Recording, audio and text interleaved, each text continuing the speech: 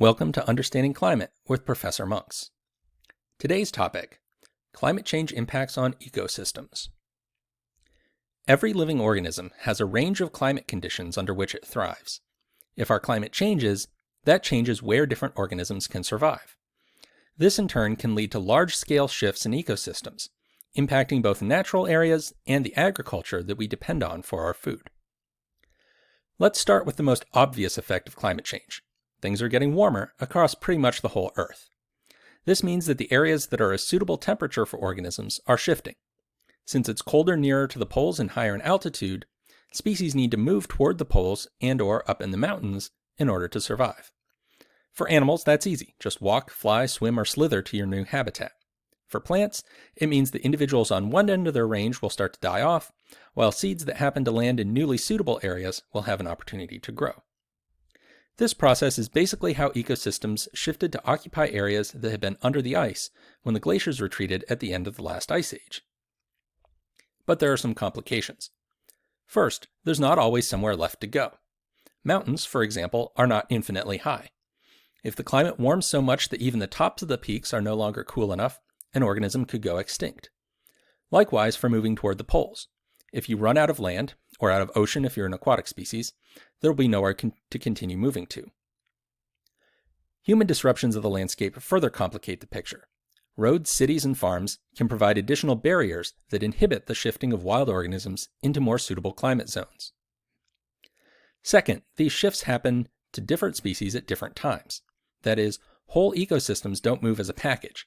Instead, each species adjusts at its own rate. This can lead to disruptions of the ecological balance. A good example is the current outbreak of mountain pine beetle in western North America. Mountain pine beetles kill the trees that they gnaw on. Prior to our current climate change, beetle outbreaks were held in check by cold winter temperatures. The beetles could only kill so many trees before they froze to death. Then they'd have to start over from the beginning the following spring. But climate change has made winters milder, so beetles can more easily survive. That allows them to continue their march through the forest year after year. Large areas of forest have been killed by these beetles, and the dead trees they leave behind become easy fuel for forest fires, which we'll talk about in another video. In the past, one important way that organisms dealt with climate change was evolution. If some members of the species were by chance better suited to thriving in a new climate, they would be more likely to survive and pass those genes on to their offspring, while their less suited siblings died off. But evolution can be a slow process, especially for long-lived species. Anthropogenic climate change is currently happening 20 times faster than the natural climate change at the end of the last glacial period, which means most species won't have time to evolve in response. A particularly dramatic example of climate change's ecological impact is coral bleaching. Corals are colonies of sedentary animals that form skeletons of calcium carbonate, a white mineral.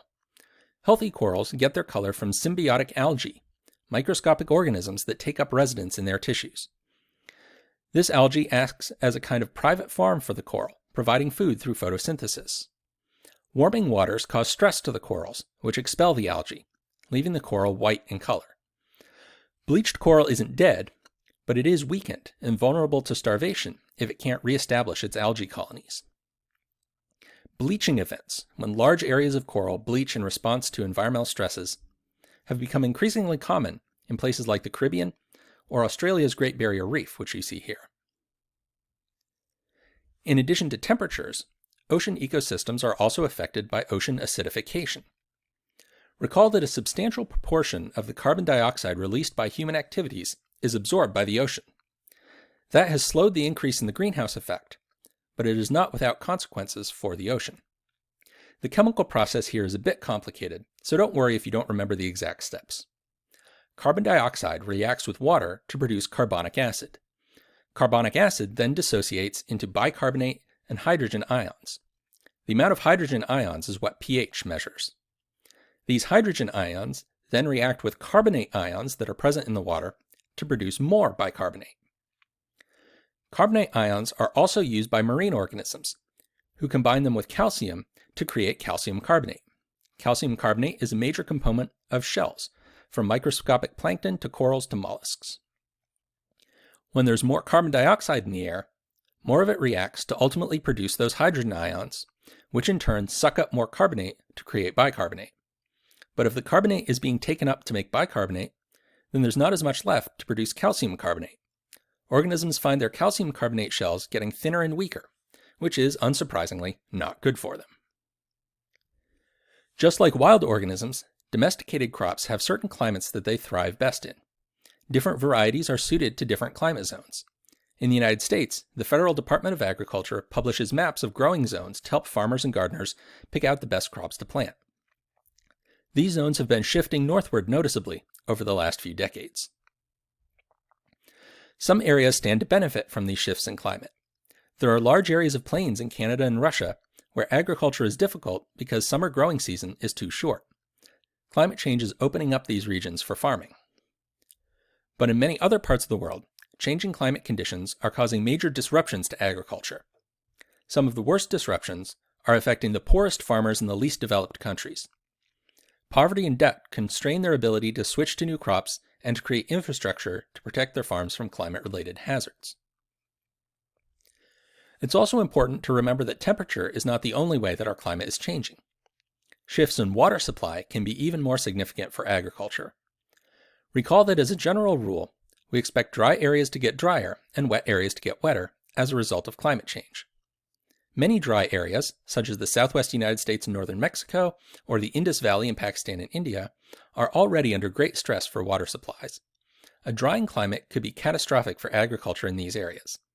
This graph shows declining river flows in the upper Colorado River basin.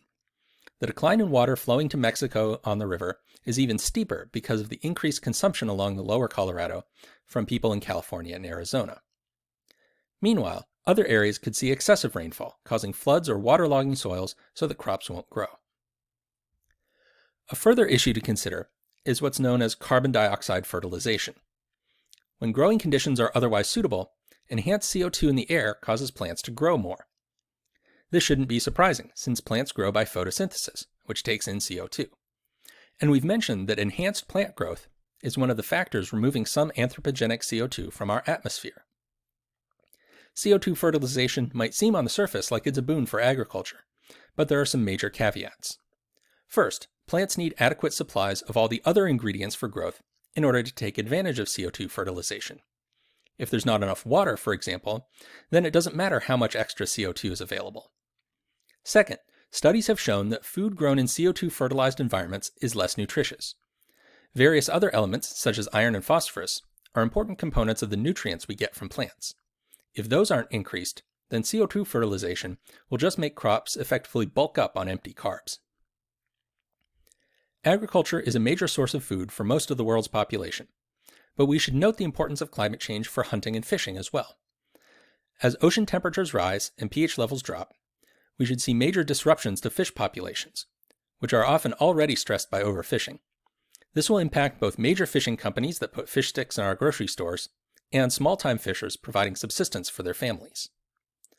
Around the world, there are numerous groups of people who practice hunting and gathering as a major form of subsistence, from Inuit and Alaska Native communities in the Arctic to the Jukwazi in the Kalahari of southern Africa.